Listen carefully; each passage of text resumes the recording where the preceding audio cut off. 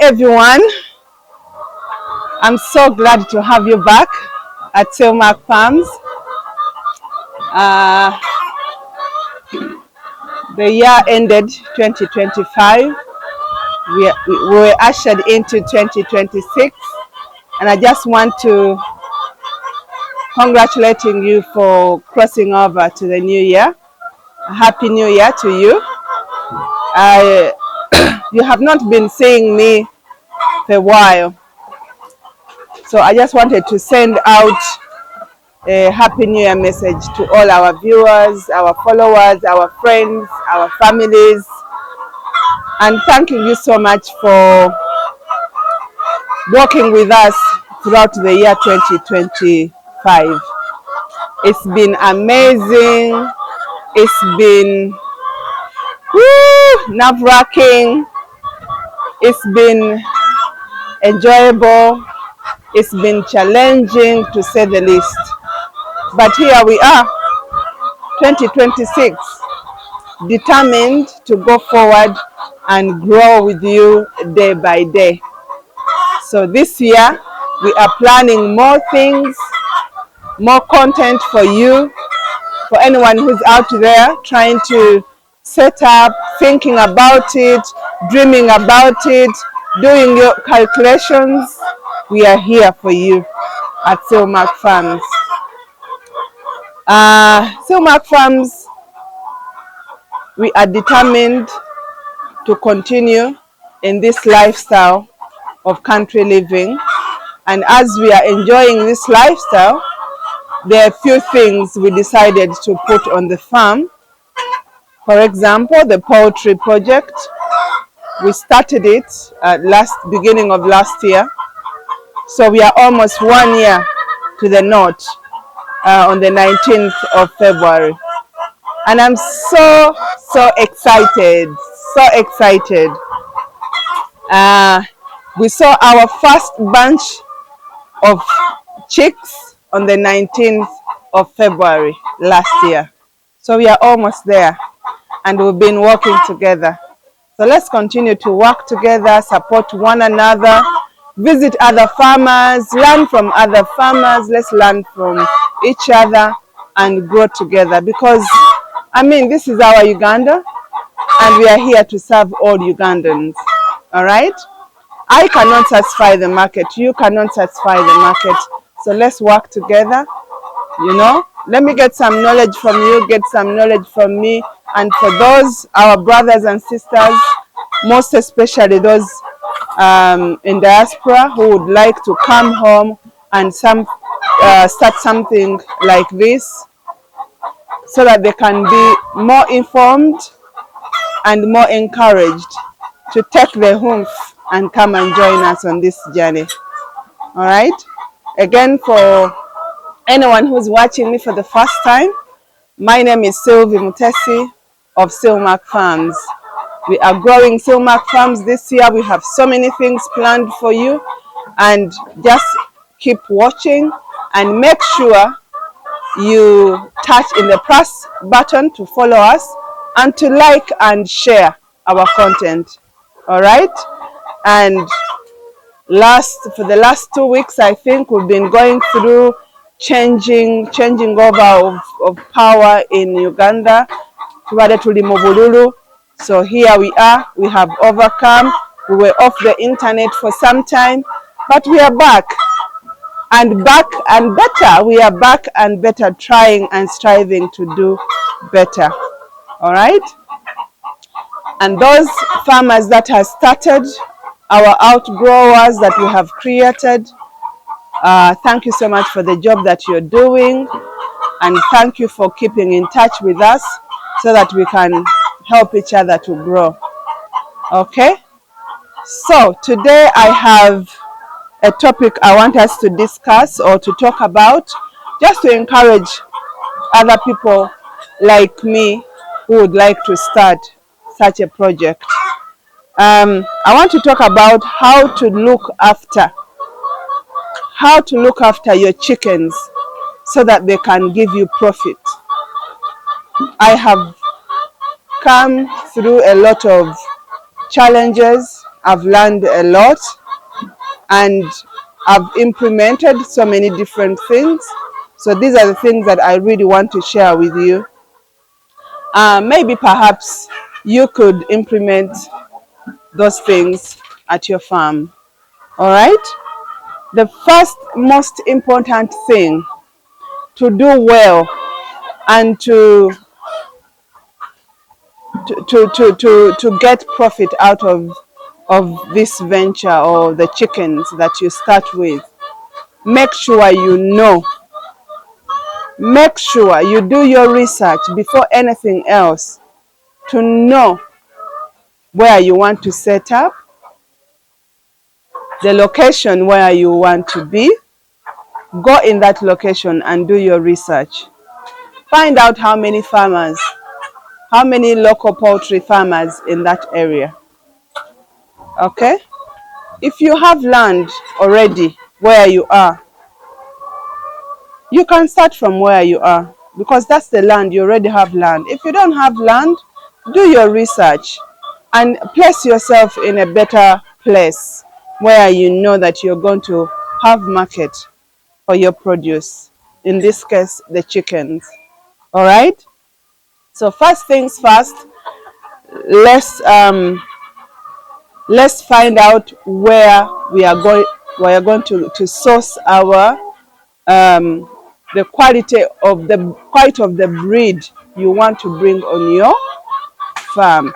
That is the number one, because the breed you bring, it has to be healthy.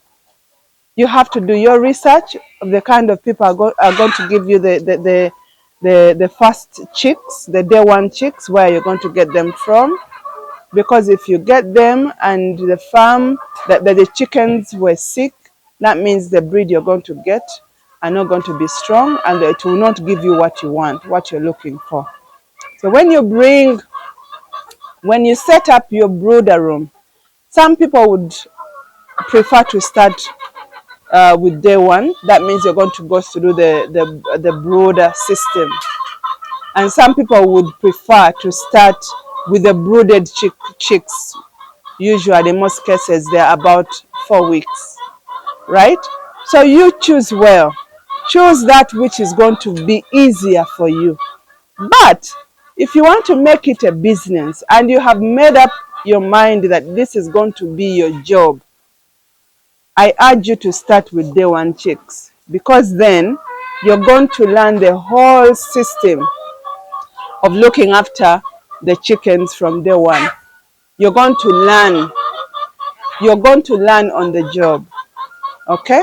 So when you get that done, you have a good breed, you have set up your brooder, you have put in enough warmth, it is covered, well covered, and you have good feeds, like, starter feeds for the chicks. Then you know that the next thing is to have clean water. Clean water all the way. If you don't have clean water, your chickens are going to be sick. Okay? And your chickens, and they need to be well fed, good warmth, clean water during the brooding time, so that it can, it can come up strong, so that it can fight, so that the foundation is good. Okay? So if you don't have those 4 things, the brooder is not set up properly. There's no good, the warmth is not consistent, and the water is not clean, and the feeds are not enough, because those chicks need to be eating all the time. There should be food in their feeders all through the day. That's how they eat and really stand and have a very good body foundation. All right? And the next thing you need to be aware of is to be clean. Cleanliness, it has to be paramount. In a brooder room, you should have only 1 person or 2 people that work on the farm. These people should know and adhere to the biosecurity. Biosecurity is key on the farm. If you don't have it, be sure that you're going to get disease. Disease will come, and there's nothing you can do about that. If cleanliness is not top notch, the biosecurity is not adhered to, the disease will come. So biosecurity is very, very important. The next thing, when you leave the brooder, make sure that the grower concentrate is really given to this chicken. It's mixed in the feeds, and it's very important to just give it broken maize and the concentrate and lime, so that your chicken can grow, can have the strength to grow properly, so that it mu bukoko muno mubeeramu obukonzibye. You don't want that, because the chickens, sometimes if you're not feeding it properly, it will not grow at the same stage. Okay, some will grow and others will refuse to grow. It will be just there and you don't know what's up, and they're eating the same food. And you need to be watchful. You need to be watchful to make sure all the chickens are eating. You need to be all the time, you need to be going through and looking at each one to see that they are eating well. Because some chicks will be not eating well while others are eating. That's why you have that imbalance. All right? So the feeds should be good, and you should feed the chicks well. Constantly have food in their feeders so that they can eat and drink. Eat and drink. That's all they do. So the three major things is you need to biosecurity, good feeds, warmth when they're still in the brooder. It's very, very important. Okay? Now, another thing I really want to talk about, and this is a long one, and this is a challenge to each and every poultry keeper. Prevention of disease. How do you prevent disease on your farm? Because prevention is better than cure. If you're not keen, or if you're not watchful, and you don't catch the disease before it spreads, you're going to lose your flock. So it's very important to keep an eye on your flocks at all times. Okay, so what I do here at Silmark Farms, we prevent more than treating, because in the beginning we didn't know how to do this, and the chicken would get sick before, and then we will give medication. But what we do on a daily basis, we are preventing. We are giving it natural remedies. There's always something in the water to try and build the immunity and prevent disease. So find out what are those things that you can use on your farm with your chickens to prevent disease. That is very, very important. Because if you don't, you're going to lose your chickens, and chickens die. Just like people die, your chickens will die, your goats will die, your cows will die if you're not keen, if you're not watchful. So this is very, very, very important. Okay? You always, you have to be watchful in your chicken coop. Watch their poop, the chicken poop, and see what color, what's happening. Is it formed, or are the chickens alert, or are they sleepy? Are they, running away from eating? Is the appetite good? When you serve them, do they eat, or the food is remaining there, yet you should be expecting the food to be finished? That all those things let you know that there's something wrong, something is not going on okay. So be in a business of prevention rather than curing. When you get to the stage of curing, that means the disease has already been there and you're just fighting with it, and before you know it, your flocks are dying because you've not been paying close attention. So those are the key 5 major things. We talked about preparing getting a good breed from a good farmer, a clean farmer. Okay, visit them first, know their flock, see if they are healthy, choose well, choose a place where you want to start your farm, and then come set up a brooder. Make sure the warmth is balanced, it's not too hot and it's not too cold. Okay, when you enter in there and you start sweating straight away, just know it's too hot. Okay, so you need to balance the warmth. And then we talked about cleanliness, the biosecurity. Those are key things. Then we talked about feeds. Let your feeds be clean, be nice, be enjoyable. Just like you as a human being, you want your food to be nice and tasty. Let your chicken feed be nice and tasty so that they can eat it and finish it and grow to capacity where you need it so that you can get a profit out of it. We have talked about preventing disease. That was my last point. Preventing disease is very, very, very important. Very important. I can't emphasize that any more than that. When you have those 5 key factors, you're going to look after your chickens from day one, and have a goal. Have a goal. Am I looking? Am I keeping my chickens for meat, or am I keeping it for eggs? Some people will want to keep it for eggs so that they can keep growing, okay, the numbers, or some people will just look after them 4.5 months, they are selling all the flocks and they are starting again.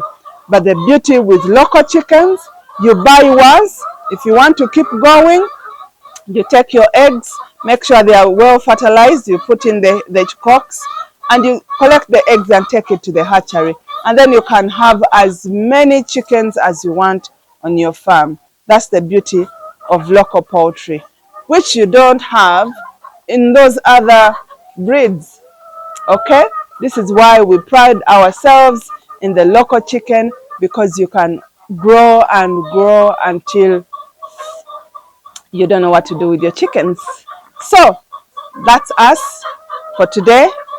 Please subscribe, share, like, and give us your comments. Let us have a discussion in the comment section. And please subscribe, share with your families. Don't keep the information for yourself. That means you'll be selfish. Share it. Let us grow together. Okay? Until we meet again in another video, God bless you. I'll see you soon.